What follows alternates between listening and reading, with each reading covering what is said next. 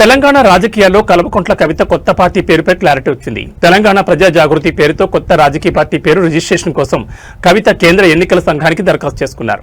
అయితే రిజిస్ట్రేషన్ ప్రక్రియలో జాప్యం జరుగుతుండడం పట్ల తాజాగా ఆమె ఢిల్లీ హైకోర్టును ఆశ్రయించారు. ఈ ఏడాది జనవరి 23న తెలంగాణ ప్రజా జాగృతి పేరుతో రిజిస్ట్రేషన్ కోసం సిఈసికి దరఖాస్తు చేసుకోగా ఈసీఐ వైపు నుంచి చర్యలు లేకపోవడంతో తమ దరఖాస్తును కేంద్ర ఎన్నికల సంఘం వేగంగా పరిశీలించి నిర్ణయం వెలువరించేలా ఆదేశాలు జారీ చేయాలని కోరుతూ తాజాగా కవిత హైకోర్టును ఆశ్రయించారు. కవిత పిటిషన్పై ఇవాళ ఢిల్లీ హైకోర్టు విచారణ జరపనుంది.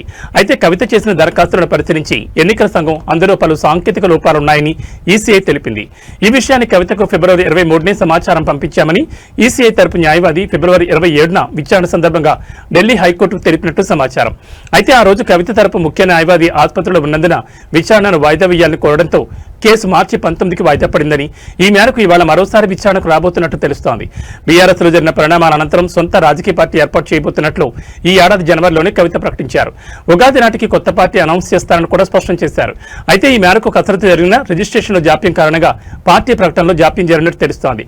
ప్రస్తుతం జాగృతి పేరుతో కార్యక్రమాలు నిర్వహిస్తున్నప్పటికీ అది రాజకీయ పార్టీ కాకపోవడంతో అందరి దృష్టి కవిత కొత్త పార్టీపైనే ఉంది. రిజిస్ట్రేషన్ ప్రక్రియ అంతా పూర్తయి అధికారికంగా పార్టీ ప్రకటన జరిగితే తెలంగాణ రాజకీయాల్లో కొత్త పార్టీ పురుడు పోసుకుంటోంది.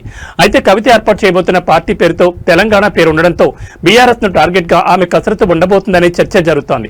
గతంలో తెలంగాణ రాష్ట్ర సమితిగా ఉన్న పార్టీ ఆ తర్వాత తన పేరులో తెలంగాణ పదం లేకుండా భారత రాష్ట్ర సమితిగా మార్చుకున్నారు. అప్పటి నుంచి తెలంగాణతో బీఆర్ఎస్ కు పేగుబంధం తెగిపోయిందనే విమర్శలు వస్తున్నాయి. మరి ఇప్పుడు కవిత తన పార్టీ పేరులో తెలంగాణ పేరు ఉండేలా జాగ్రత్తలు తీసుకుంటుండటంతో రాష్ట్ర రాజకీయాల్లో కవిత పార్టీ ఆసక్తిని రేపుతోంది.